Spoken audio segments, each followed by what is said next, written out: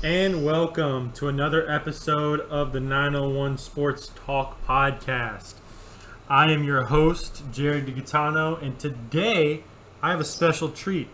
I have with me on our very own, eventually we'll find a sponsor, call line, the tall man himself, Carson Jones. Carson, how are you doing today?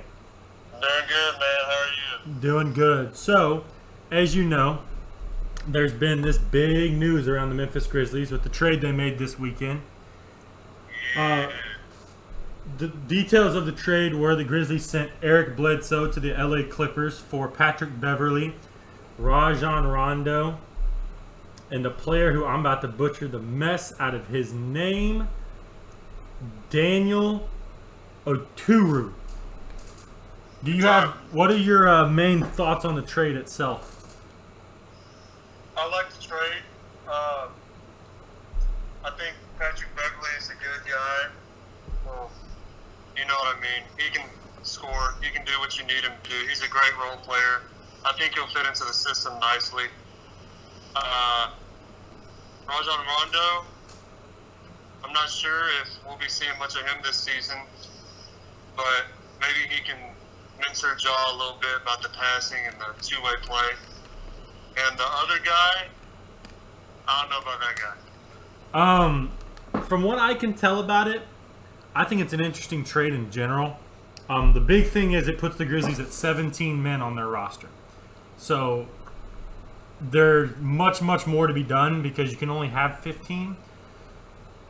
In my opinion, I would be very shocked if either Oturu or Rondo is on the roster by the end of the season. I think the big reason why I get paid at some point, probably going into this offseason if I'm not mistaken, and you've got Ja's contract coming up. So I think the original trade for giving Jonas away to take on that money kind of helped you to move up to get a younger player to save you some cap. Because at the end of the day, you're pretty much paying Zaire Jonas's money, and then this trade for Bledsoe, since Bledsoe's on a 2-year deal, it gets you some guys that are on some expiring contracts. Right. Honestly, like I said, I don't see Rajon Rondo or Daniel Oturu playing a game in a Grizzlies jersey. Patrick Beverley is interesting. I think one of the things that I've been talking about is he brings that that you didn't get when you had Tyus and Grayson on the floor. Right. And I think Ja's biggest weakness right now, outside of his shooting, is he's struggled a little bit defensively last year, and I think maybe having Patrick Beverley can help him become a better defender. Honestly, though, I think if there was a player nowadays that emulated the grit and grind mentality, I think it's Patrick Beverley. Yeah, I was going to go there, but I didn't want to be speaking for too long. Yeah, he seems like the kind of guy that he's really going to challenge Tyus for those backup minutes. I don't know. It's going to be interesting to see. I think it pretty much makes it a competition for the backup spots. Obviously, you're not going to mess with your starting group. It's going to be Ja and Jaren, Dylan, Kyle, and Steven Adams at this point. Yes. And I think the backup group, the only two that are really locked into their positions are, I believe, Desmond Bane at the 2 and then Zaire at the 3. And I think outside of that, you can say you have a legitimate argument for, about 6 players to fill in those last 3 spots. Yep. I think you would agree with me here. Don't you kind of see the Grizzlies being a 10-man rotation? Yeah, I do. They got a lot of potential to do that, especially with this recent trade now. Yeah, I think the depth is great, and like I said, it's not of a lot of big contracts. I mean, I'm looking at this pay scale right now, and Steven makes 17, which you knew was going to happen. Patrick Beverley's on a $14 million expiring contract.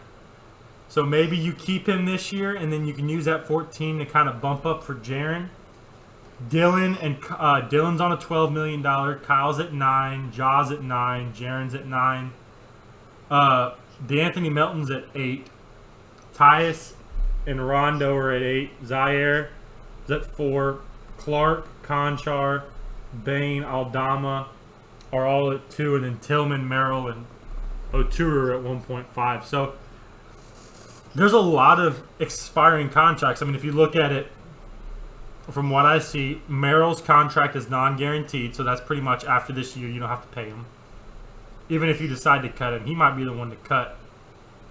I know that, I think, if I'm not mistaken, Tyus, Rondo, Anderson, and Beverly are all on expiring deals, so that clears up, I mean, close to $40 million to add on top of Jaren's And I'm not saying we're going to pay Jaren $40 million, but to get $40 million in cap space and maybe give 20 of that to Jaren, I think would be the most important thing of it. So of those players that I listed, let's say I'm correct, and it's Beverly, Jones, Rondo, and Kyle Anderson. If you're the Grizzlies front office, who are you trying to bring back at the end of the year? If you decide to keep all these guys. If I decide to keep all these guys, who would you want to bring back going in? If they're all on expiring deals and you were able to sign Jaren to an extension and you had enough money to bring only one of these guys back, would there be one that you wanted to bring back in general?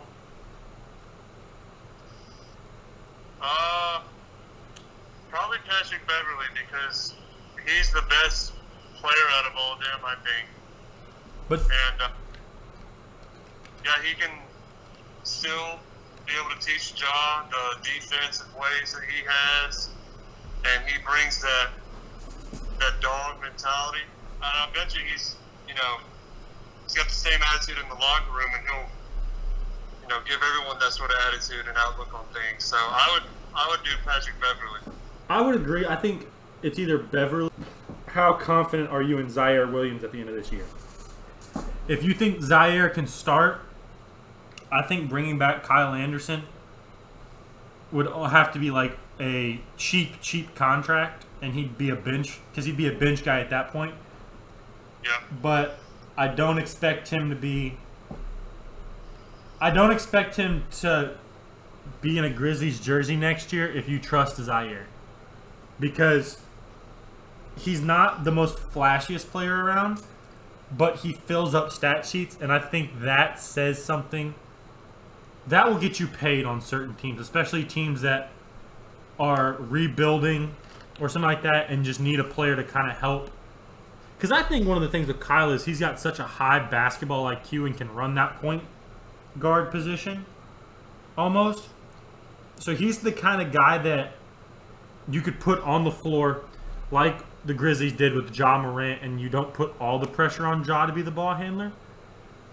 So I could see Kyle getting probably close to what he's getting paid, $9-10 million somewhere else next year. Wouldn't you agree? Would you agree with that?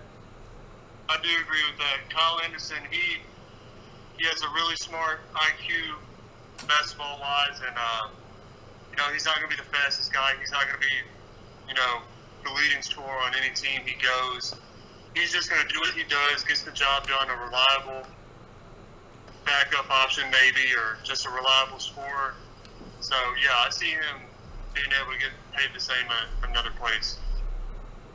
I think it's interesting to see looking at the Grizzlies pay scale, because nowadays you look at it, a lot of the teams have one or two guys that are making like ridiculous amounts of money, and then everybody else is making like $2 million or the veteran minimum.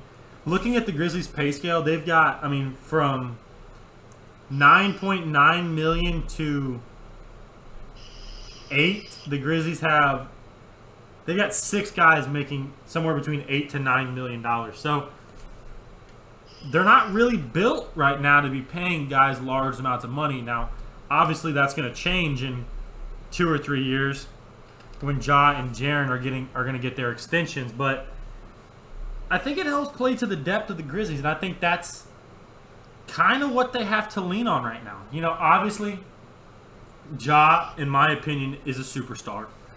I think Jaren has the potential to be an all-star kind of player, but they don't have that guy right now that's like the top 10 guy that you can throw the ball to every single time. They kind of have to rely on that depth. What would you say you could envision this roster being one that stays together for a few years, or do you think that's just eventually Ja's going to like force the Grizzlies to pay, him that large amount of money, and we're going to have to sacrifice that depth?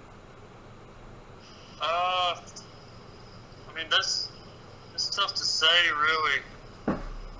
Eventually Ja is going to be asking to be paid because, yeah, he is a superstar, and these next coming years are going to be big for him. So we may have to sacrifice people that we see on the roster right now and, get some cheaper options, I guess. But, yeah, I think you're right. Ja is a superstar, and these next few years are going to be big, and he will be asking to get paid, especially with all these contracts that are being signed around the league right now. Like, who was it? Steph Curry signed like a $200+ million deal. Yeah, these just humongous contracts, and it's pretty much the newest deal resets the market every single time. And for teams that are looking to extend guys like the Grizzlies are with Jaren, the sooner you can extend him, the better, because it's a tricky game to play. Because if you extend him now for what you think he is now and he explodes, well, it looks like a great contract. Whereas if he doesn't, it's a bad contract. But the longer you wait, not only is it the more certain you're going to get with what's he going to be, this great player or maybe not, but the higher that, the market resets. Because I remember a few years ago when we signed Mike to that max contract and it was $40 million a year. And I was like, wow, that's so... No, it wasn't even 40, it was $30 million. Or something like that. It was like $30 million for 5 years or something. And everybody's like, whoa, that's so much money. And now that's like, the most money you can make is like 50-something. So I think the quicker you can get these extensions for guys like Jaren and then Ja next year, the better. Because it allows you to kind of beat the market a little bit. Is there anybody that you think on the bottom half of the roster you think is going to have a good season? Someone like, Desmond Bane or Xavier Tillman, or maybe even Brandon Clark has a bounce back season. Do you have anybody that you're kind of penciling in as, watch out for this guy? Definitely Desmond Bane. That he can shoot it really well. And I expect him to, maybe not start out with a lot of minutes in the beginning of the year, but maybe as he proves himself, he can start getting more minutes and become a big player for us. Yeah, I could see that. I also think, I lost my train of thought. Go ahead. I think, like I talked about last week, the Grizzlies Summer League are really testing players to be more point guard kind of central players. Forcing them to bring the ball up the floor more because they want more than one person to be able to bring the ball up the floor. When they have, people more than just Ja, that's why I think Kyle's such a big asset, and I think they're really testing Desmond Bane to do that. And I think he's shown you that he's developing that ability. So I think that's going to be interesting to watch when the season starts, especially when he gets on the floor with a group that doesn't involve Ja Morant, and so you don't have a primary go-to ball handler. I think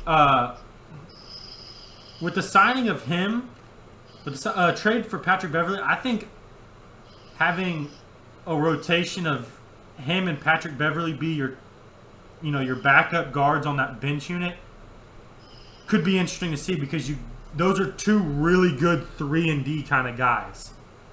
So you get Beverly, Bain, Williams, and then I would go Clark and Tillman as that bench unit right now, just because I think Brandon Clark's going to have a great bounce back season, and I like what I've seen from Xavier Tillman so far. That group in general, that's a lot of all those guys kind of vary from like 6'3" to 6'8", so I think that allows some switchability on defense. What do you think? What do you think our bench unit's going to look like this year? Like player-wise, or how well they play, or what? Like, if you had to project a bench five, you're like these are the 5 guys. They're going to be your 5 guys off the bench. Who would you kind of say it is right now? It'd be, I think, Patrick Beverly would be up there at the 1, or 6 man, I should say. My bad. Maybe a shooting guard you can get Carson Jones to play, but we'll just see how that plays out.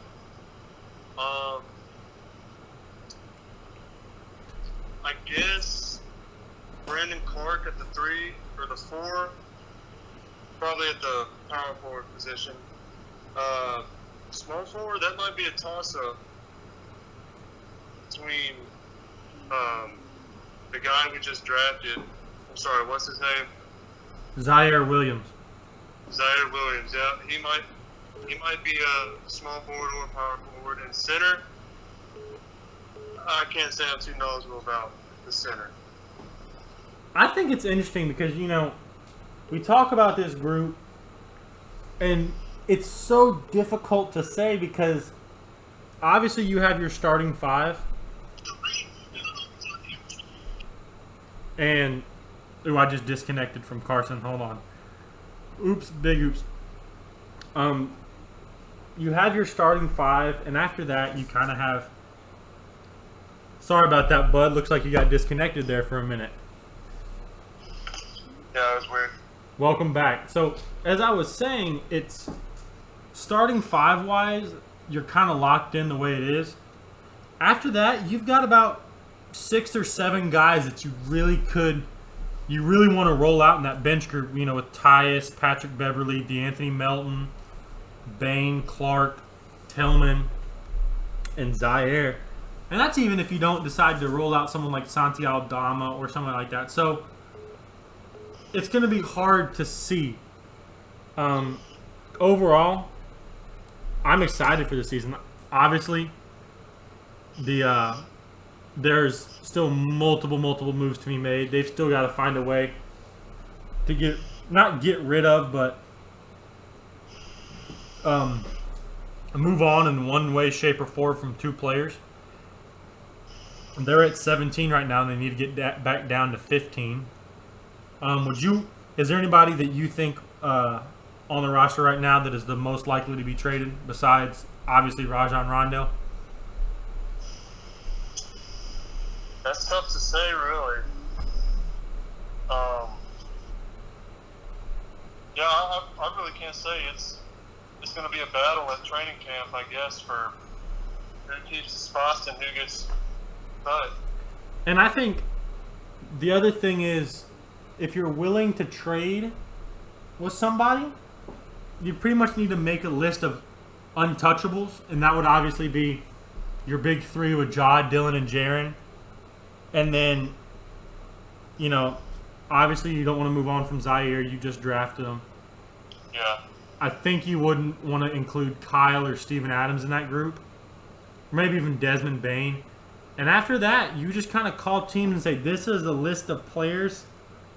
And you obviously know, or teams call you and, it's pick. Which one, what do you want? Do you want rebounding? Well, you got Tillman. You want athleticism? You can get Brandon Clark. You want, the defense? You can get, Patrick Beverly. You want to kind of do it all kind of guy, DeAnthony Melton. And that's just, I think that's the Grizzlies' approach. Obviously you don't want to get rid of these, you would hate to get rid of these guys, but at the end of the day, you've got to find a way to make room. You gotta get it down to 15. Overall, though, I'm excited. It's gonna be such a fun season to see. Training camp, though, I think training camp's really gonna set the tone. I don't think they're done. I think there's still another trade in the works that we don't know about. I definitely foresee some more trades happening before the start of the season or anything like that. I just like one of those big trades where we send them like Patrick Beverly, Brandon Clark, and like Tyus Jones, and we get, somebody back. I don't even know who I would want. Like, I would love like a star, but I don't want to eat a star's contract for 4 years knowing that you have to pay Ja. Does that make sense? Yeah. Like, I would want someone that I can get on like a 1 or 2 year deal, but is like that's worth 3 players, A win now sort of deal. That's what you're talking about? Yeah, kind of. All right, man. Well, it's been fun talking to you. Hopefully we can have you back on again. I hope so too. I did enjoy it. I'm sorry about the background noise again. No, that's fine. We'll work on it. Other than that, I'm Jared DiGaetano with guest Carson Jones, and you've been listening to the 901 Sports Talk podcast. Have a good day, guys.